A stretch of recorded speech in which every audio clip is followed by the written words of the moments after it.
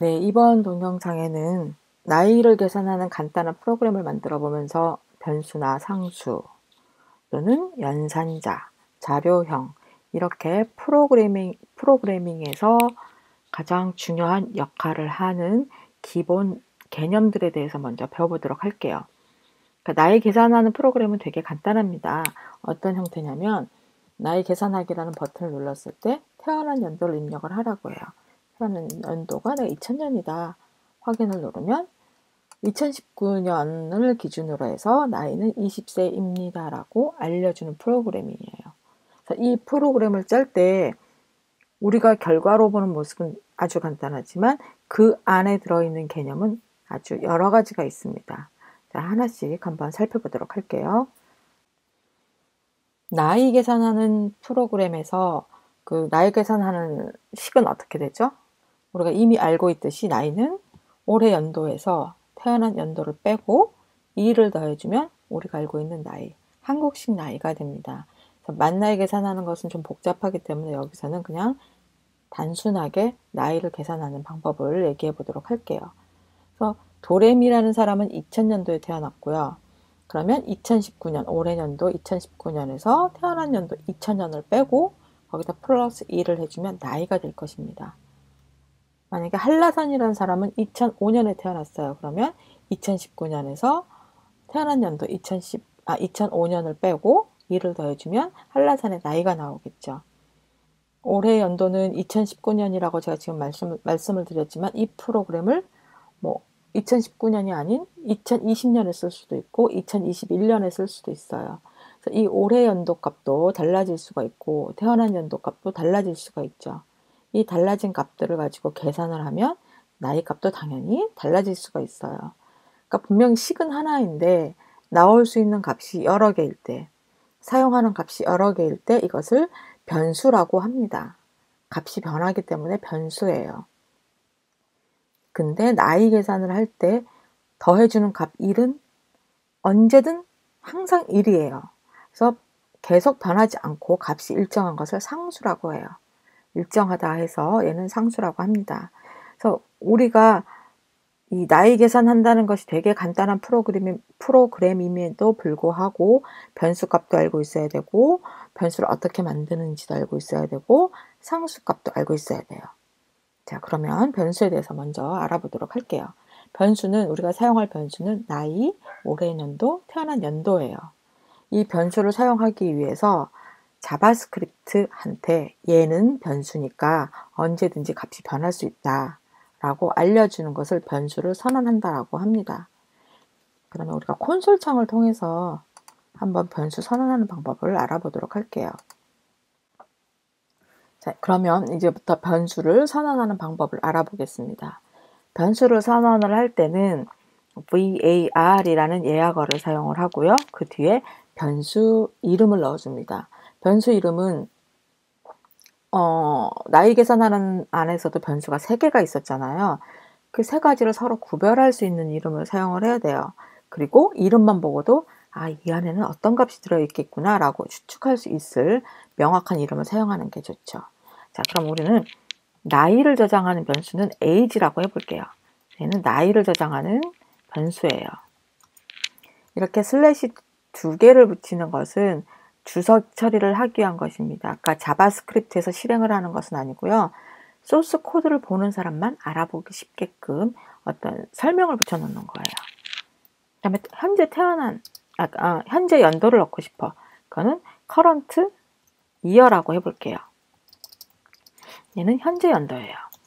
이 current year를 보시면 current라는 단어와 year라는 단어 2개가 사용돼서 하나의 단어를 이루고 있는데 이렇게 2개 이상의 단어를 연결해서 사용을 할 때는 첫 번째 단어는 소문자로 시작을 하고 두 번째 단어는 대문자로 시작을 합니다. 이것을 카멜표기법이라고 해요.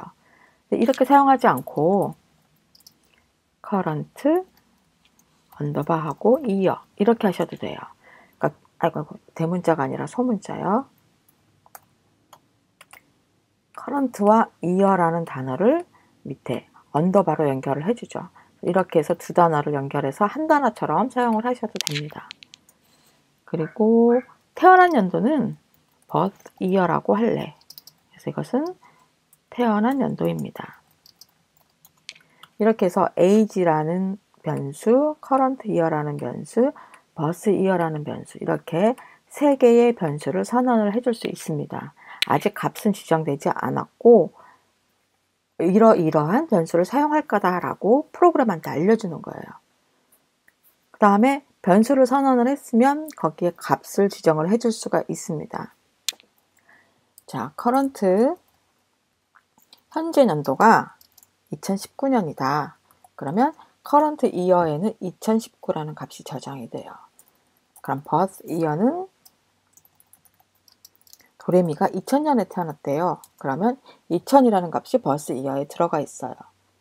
age라는 나이는 어떻게 구해야 되죠? current year에다가 birth year를 빼고 플러스 1을 해주면 age 값이 돼요. 자, 실행을 해볼까요? 네, 2019년에 2000년에 태어난 애의 나이는 20살이 되는 거죠.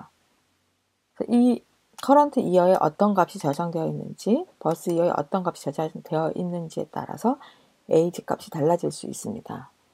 이것을 변수라고 합니다.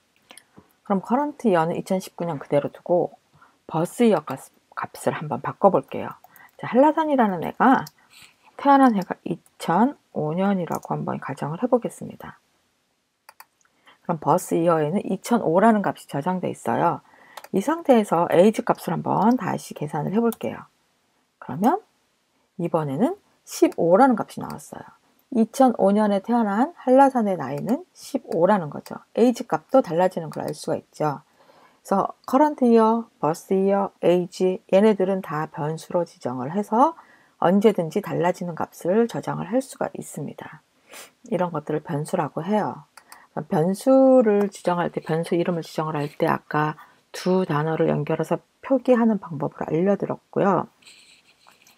한 가지 더 주의하셔야 될 게 변수 이름을 지정을 할 때는 숫자로 시작을 하는 것은 안 되고 만약에 age 20 이렇게 문자 다음에 숫자가 오는 것은 가능해요. 하지만 20, age 이것은 가능하지 않습니다. 신텍스 에러, 문법 에러가 나요. 또 시작할 때 언더바로 시작하는 것은 가능합니다. 아니면 달러 사인을 넣을 수도 있어요. 이런 것들은 모두 가능한데 숫자로 시작하는 것은 안 돼요. 그래서 여러분이 기억하실 게 변수 이름을 지정을 할 때 용도에 따라서 앞에 언더바를 붙여서 사용을 할 수도 있고 달러 사인을 붙여서 사용할 수도 있지만 숫자로 시작을 해서는 안 된다는 거 꼭 기억해 두시기 바랍니다. 자, 그러면 우리가 아까 콘솔 창에서 연습했던 소스들이 어떻게 프로그램으로 만들어져 있는지 한번 살펴보겠습니다. 여기 보시면 function calc라고 되어 있는데 이것은 아직 우리가 배우지 않은 부분이죠. calc라고 하는 함수를 만든 건데요. 이렇게 만들어준 이유는 나이 계산하기라고 하는 버튼을 클릭했을 때 자바스크립트로 만든 calc라는 함수를 실행을 해라 라는 뜻이에요. 지금은 이 부분이 좀 이해가 안 되겠지만 조금만 더 뒤로 가면 바로 이해하실 수 있을 거예요. 이 calc라는 함수를 만드는 요 안에 있는 부분만 주의해서 한번 보도록 하세요. 자, 여기서는 current year라는 변수를 선언을 하면서 동시에 2019라는 값을 지정을 해줬습니다. 이것을 선언과 할당이 한꺼번에 된 거예요. 보통 이렇게 많이 사용을 하죠. 그리고 birth year는 값을 어떻게 할당을 할 거냐면 프롬프트 문을 통해서 이 값을 가져오겠다는 뜻이에요. 그러니까 프롬프트 창에 사용자가 입력한 값을 가져와서 birth year에다가 저장을 하겠다는 얘기입니다. 그리고 age는 아직 계산을 안 했으니까 변수 선언만 했어요. 그래서 age는 current year에서 birth year를 빼고 2를 더해준 값이 age다 라고 계산을 했습니다. 그래서 3개의 변수를 선언을 해줬고 변수를 사용해서 이렇게 계산을 해줄 수가 있습니다. 여기 보시면 뒤에 나와 있는 이 밑에 부분은 웹브라우저 창의 특정한 부분, 여기 보면 id가 result죠. result라고 하는 id를 가진 값에다가 결과를 표시해 주기 위해 사용한 명령인데요. 이 부분은 뒤에서 다시 자세하게 설명을 할 것이니까 이 변수가 어떻게 사용되었는지만 한번 보시면 되겠습니다. 감사합니다.